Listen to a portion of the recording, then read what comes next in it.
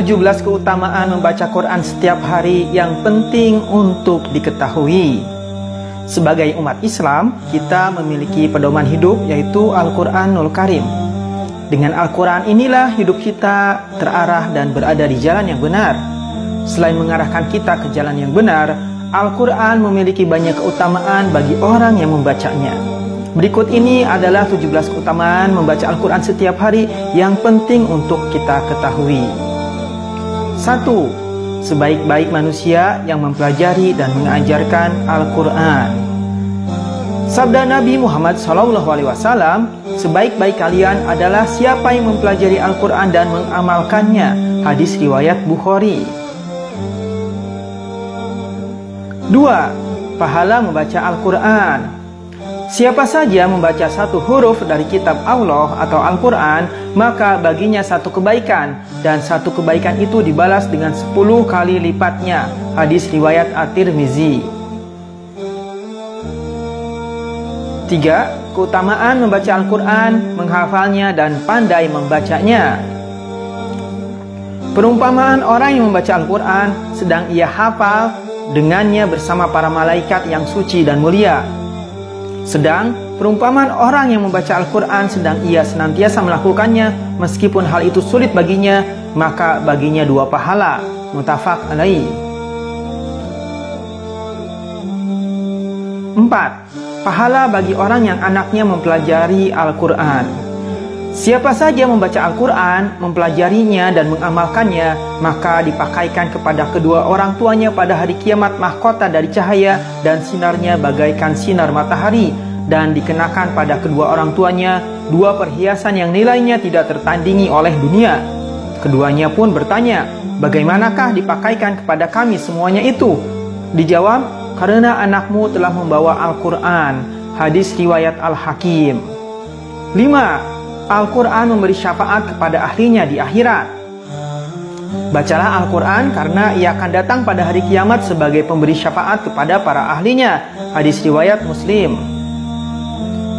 Puasa dan Al-Quran keduanya akan memberikan syafaat kepada seorang hamba pada hari kiamat. Hadis riwayat Ahmad dan Al-Hakim. 6. Pahala bagi orang yang berkumpul untuk membaca dan mengkajinya. Tidak berkumpul suatu kaum di salah satu rumah Allah Subhanahu wa Ta'ala sedang mereka membaca kitabnya dan mengkajinya, melainkan mereka akan dilimpahi ketenangan, dicurahi rahmat, diliputi para malaikat, dan disanjungi oleh Allah Subhanahu wa Ta'ala di hadapan para makhluk dan di sisinya. Hadis riwayat Abu Daud. 7. Dapat menenteramkan hati, yaitu orang-orang yang beriman dan hati mereka menjadi tentram dengan mengingat Allah. Ingatlah, hanya dengan mengingat Allah lah hati menjadi tentram. Quran Surat 13 ayat 28. 8. Dapat menyembuhkan penyakit. Hendaknya kamu menggunakan kedua obat, madu dan Al-Quran. Hadis riwayat Ibnu Majah dan Ibnu Mas'ud. 9. Pembaca Al-Quran dikurniakan hatinya dengan cahaya oleh Allah Subhanahu wa Ta'ala dan dipeliharanya dari kegelapan. Diriwayatkan dari Abu Hurairah radhiyallahu anhu yang maksudnya bahwa Rasulullah SAW bersabda, siapa yang mendengar satu ayat dari kitab Allah Ta'ala yaitu Al-Quran, ditulis baginya satu kebaikan yang berlipat ganda. Siapa yang membacanya pula, baginya cahaya di hari kiamat.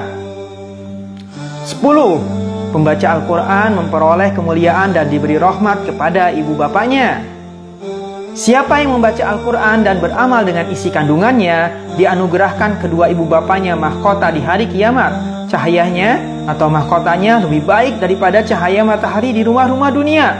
Kalaulah demikian itu matahari berada di rumahmu atau dipenuhi dengan sinarnya, maka apa sangkaan kamu terhadap yang beramal dengan ini atau Al-Quran? Hadis riwayat Abu Daud.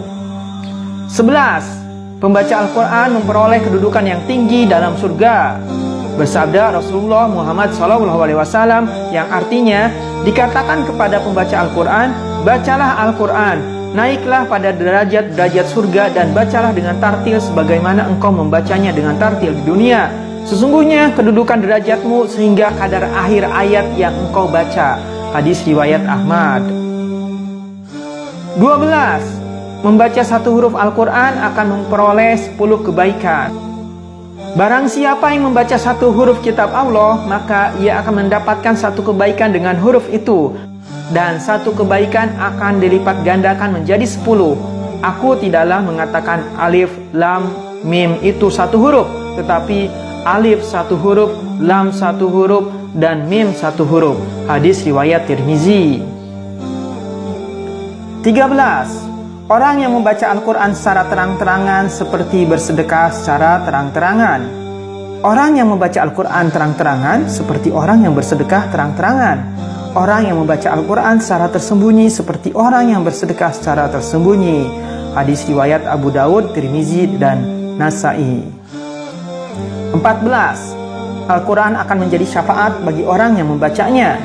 Rasulullah Muhammad SAW bersabda dalam salah satu hadisnya, bacalah Al-Quran karena ia akan datang pada hari kiamat untuk memberi syafaat kepada orang yang telah membaca dan mengamalkan isinya. 15. Al-Quran adalah cahaya di tengah kegelapan. Aku wasiatkan kepada kalian agar bertakwa kepada Allah, dan Al-Quran sesungguhnya ia adalah cahaya kegelapan, petunjuk di siang hari, maka bacalah dengan sungguh-sungguh. Hadis riwayat Baihaqi. 16. Ahlul Quran adalah keluarga Allah Subhanahu wa Ta'ala. Sesungguhnya Allah mempunyai keluarga dari kalangan manusia. Beliau SAW ditanya, siapa mereka wahai Rasulullah? Beliau menjawab, mereka adalah Ahlul Quran. Mereka adalah keluarga Allah dan orang-orang khususnya. Hadis riwayat Ahmad dan Ibnu Majah. 17. Yang mahir membaca akan bersama malaikat, dan yang terbata-bata mendapat 2 pahala. Orang yang mahir membaca Al-Quran kelak mendapat tempat di surga bersama para utusan yang mulia lagi baik. Sedangkan orang yang membaca Al-Quran masih terbata-bata dan merasa berat dan susah, maka dia mendapatkan 2 pahala. 2 pahala ini salah satunya merupakan balasan dari membaca Al-Quran itu sendiri. Sedangkan yang kedua adalah atas kesusahan dan keberatan yang dirasakan oleh pembacanya. Allahu a'lam bishawab.